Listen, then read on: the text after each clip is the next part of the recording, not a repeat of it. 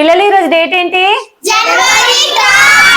మరి ఈ రోజు ప్రత్యేకత ఏంటో తెలుసుకుందామా? జనవరి 3, 1831 సావిత్రిబాయి పూలే పుట్టిందనమాట. తన పుట్టినరోజు కదా.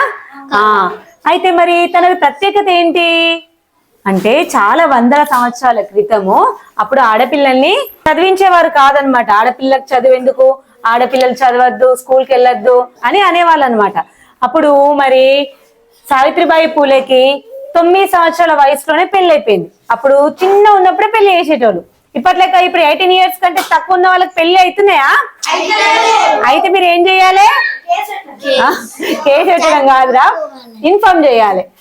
చైల్డ్ లైన్ నెంబర్ తెలుసు కదా మనకి, 1098 చైల్డ్ హెల్ప్ లైన్. ఈ నెంబర్ కి కాల్ చేసి ఇన్ఫార్మ్ చేయాలి. జ్యోతిరావు పూలేతో పెళ్ళైంది.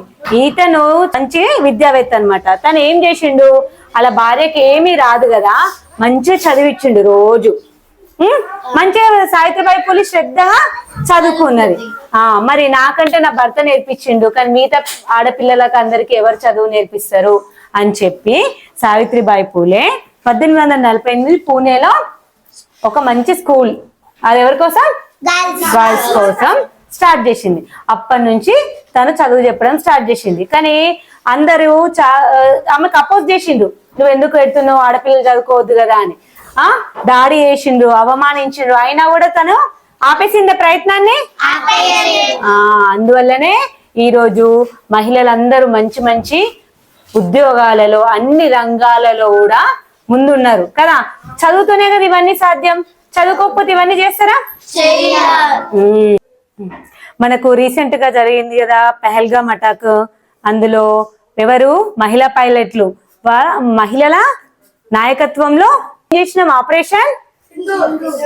ఆపరేషన్ సింధూర్ సక్సెస్ఫుల్ అయింది. అందులో మహిళా పైలట్లు కూడా ప్రధాన పాత్ర పోషించారు. తెలుసు కదా మీ అందరికి, చూసిండ్రా? వాళ్ళ పేర్లేంటి? Vyomika Singh, colonel Sofiya Qureshi. Very good. మరి మీకోసం ఇంత పోరాటం చేసినందుకు మీరు ఏం చేయాలి?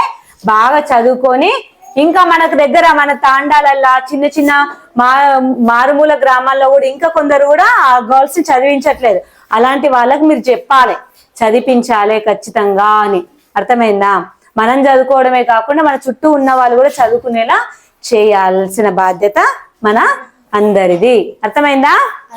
Very good. క్లాప్స్.